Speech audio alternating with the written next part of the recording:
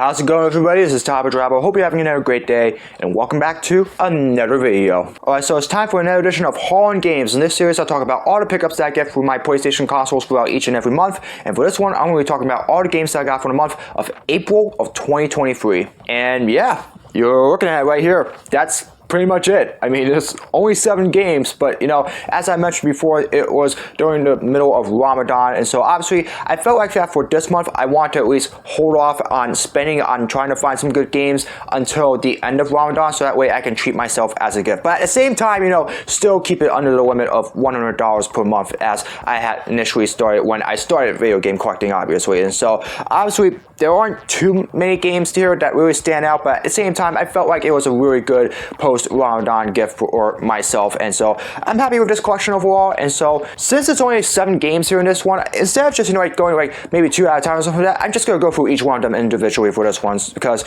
really it's not that much in this collection, but obviously we'll probably pick up again after this month. But anyways, let's just go ahead and get right into it. So obviously it's all PlayStation 1 for this one, so there's really not much explaining to do in regards to how many games are in each console, because there's really only one for one separate console this time around. But again, they're all pretty decent and unique ones, and the very first one that I'm going to start out with here is called Sports Car GT. Released back in 1999 by Electronic Arts, this is another one of those games that's basically comparable to, you know, games like Toka during that time, or, you know, the early days of car and track racing, and even in the lights of Gran Turismo. It's basically some of the best sports car racing series in the entire world, whether it's in the United States or even in Europe and Asia, Australia, something like that. And you're racing at these really prestigious tracks like Laguna Seca. You're racing in Great Britain and Donington and Brands Hatch or something like that. And, you know, you're just competing against a whole bunch of other drivers from across a whole range of different sports car racing series to try to see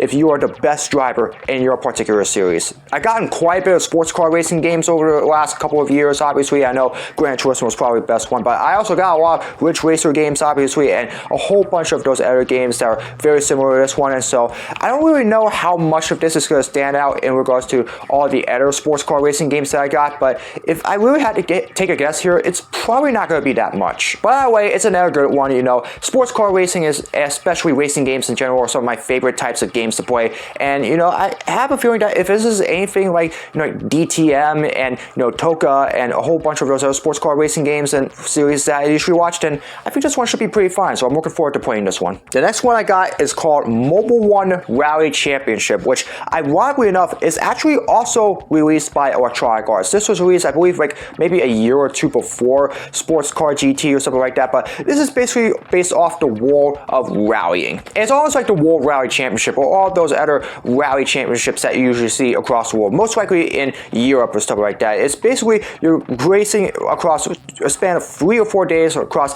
various roads, whether it's through tarmac or on dirt, and maybe sometimes like 1 or 2 occasions on snow, and you're basically trying to set the best time for each stage, because at the end of the rally, the best overall time, or should I say like the fastest overall time, is going to end up being the winner of that particular rally. That's usually how rallying goes. Now again, there are a couple of different kinds of rallies. It's just rally cars in general, where you're just competing alone on dirt, and also rallycross, which I do have a couple of those games where you're competing against at least 4 or 5 other drivers at a time. But this is just based off the standard rallying in general, like the Colin McRae games and all that stuff. But still, you know, it's another one of those unique motorsports that are out there that really you're just all alone, where yes, you're beating the competition, but also you have to beat time as well. So you really have to be quick and precise in regards to beating this game. I don't play too much rally games in general. I do enjoy playing Dirt 2, which is probably my favorite kind of dirt racing game in regards to the rally genre. But either way, if there's anything like that, I think it's going to be a lot of fun. So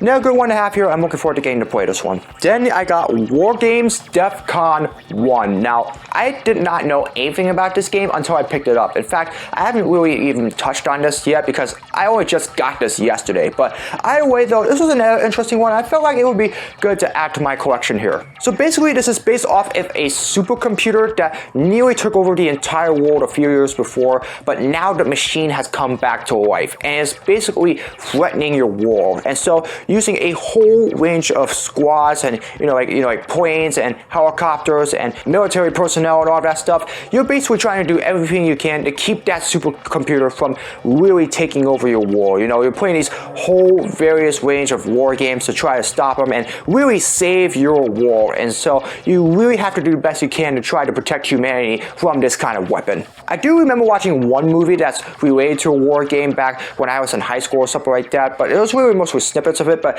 this immediately brings back memories of that one. And so it's almost very similar to that, and otherwise that's pretty much all I know about this for now. So I'm going to have to play this just a little bit to see how well it goes, but I thought it was pretty interesting, and so I thought I'd give it a shot here. After that is called Vigilante 8 Second Offense, released all the way back in 1999 by Activision. This is the sequel to the famous Vigilante 8. And it's almost very similar to the original Vigilante 8. In fact, it's very similar to Twisted Metal, as I've mentioned before when I was talking about getting the original Vigilante 8 back in the day. You know, it's basically just, like this car demolition games. The only difference is you have a whole lot of weapons, and it's almost like that apocalyptic or post-apocalyptic world that you're in across a whole various range of areas and stuff like that, and you're just basically destroying your competition with all those weapons and really be the last man standing. So it's really just like Twisted Metal. The only thing is it gets taken up a notch here because, well, the title says it, it's Second Offense. And yeah, there are a whole bunch of changes in regards to this one compared to the original Vigilante 8. There's a lot more cars in here. There's also a lot more unique weapons in here. And the personalities and, the areas that you get to compete at too, they also changed a lot from the original game to this one. And I've already played this just a little bit, and,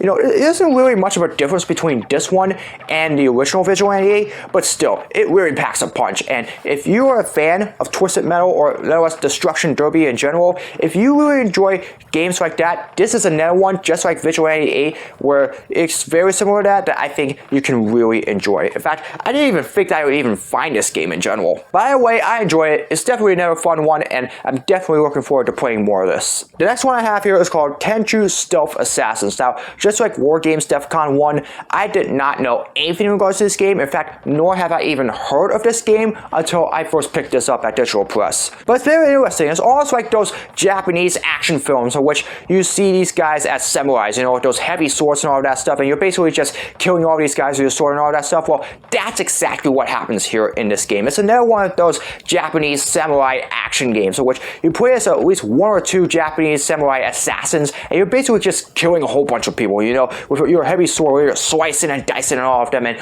ultimately reaching to the game to get to your objective. It really packs a punch, and it's definitely really another one of those games that's very unique in its own way compared to most other action games that I already have in my collection. I mean, I won't say it's almost anything like Devil May Cry or something like that, which is a game that I have for the PS2. However, it's almost very similar in comparison to that. The only difference is this is probably one of those more original assassin-like games that I have here. And so, really, it's definitely interesting to go into the realm of, Japanese samurai games or something like that, because I don't really know how many of these games like this are even out there. I mean, other than that, Prince of Persia and maybe like a few of those other games in general, I'm looking at hopefully getting some of those games at some point once I have enough more room for me to be able to continue collecting and all that stuff. But either way, though, I felt like this would be another game that I would definitely try, and I'm enjoying it so far. I'm looking forward to playing a little bit more. After that, the next game that I have here is called Casper. This was released probably during the early days of the PlayStation 1, and this is basically before the other Casper game that I had back in 2000, and the one Casper game that I'm more familiar with. Obviously, this is based off of the TV series and movies of Casper the Friendly Ghost, that character that, yes, ghosts are terrifying, but this one you really love because he's friendly and really he can do a lot of things with a whole lot of fun, especially with a big smile on his face. And really, that's basically the premise of this game here. Obviously you're playing as Casper and you're basically trying to solve all these puzzles and really just solve your missions while also having to face your usual menaces as usual and really a whole bunch of terrifying obstacles along the way. I'm gonna be honest with you, I don't remember the last time I've seen a movie or a TV show that's based off of Casper, but the 2000 game that I have here, I really enjoyed that one because it's one of my personal favorites for the PlayStation 1, but this one I have not played yet. In fact, I don't think I remember even playing a game like this really when I was first very young, but either way, I'm happy that I have this one and I am looking forward to getting to play this. That being said, you do want to know one of my pet peeves that I have here is that this is not an actual video game case that I got this in. Yes, it absolutely looks like a mess here considering, you know, the way it works, but also I just gotta give you a look at this because this is really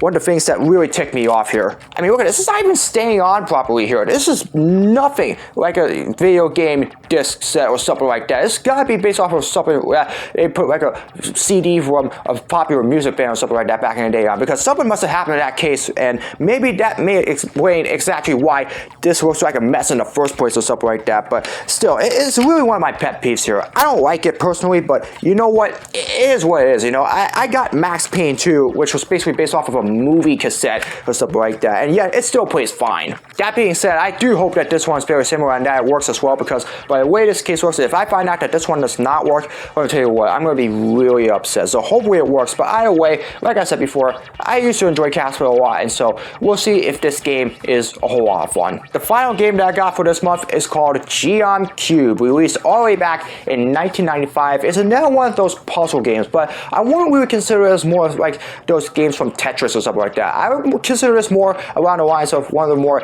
famous PS1 puzzle games called like Intelligence Cube. You know, obviously you're landing on a whole bunch of, you know, these colored squares and stuff like that, and it's really just more like those puzzle games where you're trying to at least solve things like in a row, you know, almost, or maybe like in a rectangular style or like horizontal or vertical rows or something like that. Basically, you're just trying to solve as many puzzles as you possibly can and really just, you know, score as many points as possible. So it's almost like Tetris and Intelligence Cube and a whole bunch of those other puzzle games that you would normally see on the PlayStation 1, but this one is just like, you know, the other one is really unique in its own. I mean, it's really in the next dimension. I mean, you really, as a gnome cube, literally you're just falling as a gnome cube, taking out a whole bunch of squares and stuff like that, and just, you know, just doing the usual things that you would do in a puzzle game, but really, it's just very unique in its own way. I mean, mostly puzzle games are not very unique, so basically the same. This one is completely different because of the characters that you're playing in this game, and because of that, and the way that it is in dimensional landscape, I definitely find this to be really, really interesting. Either though, I mean, I've only played a little bit of this, so I'll probably need a little bit more time to play it just to see my overall thoughts on this, but you know what? It's another game that I felt like that I would add in a random sense. So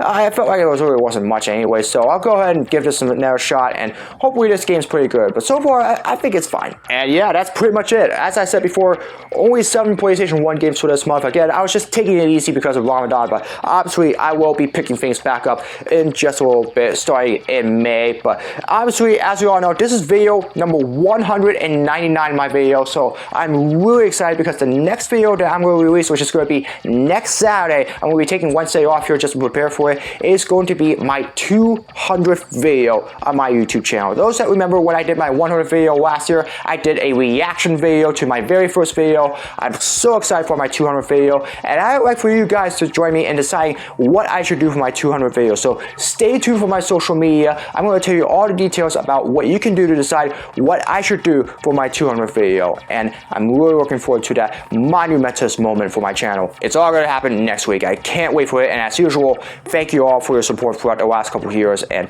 I'm really looking forward to getting to celebrate this moment. Other than that, that's going to do it for another video. I hope you all enjoyed it. As always, if you'd like to see more of my content, be sure to subscribe and hit the notification bell so you know when my latest video is released. Comment below for future suggestions for all my videos, whether it's vlogs, projects, or challenges, you name it, leave it in the comments below and I'll do my best to make them. As always, follow me on my social media. All the links are in the description below. That's going to do it for another video. I hope you're having another great day. And as always, I hope to see you all again in another video very soon. So long, everybody.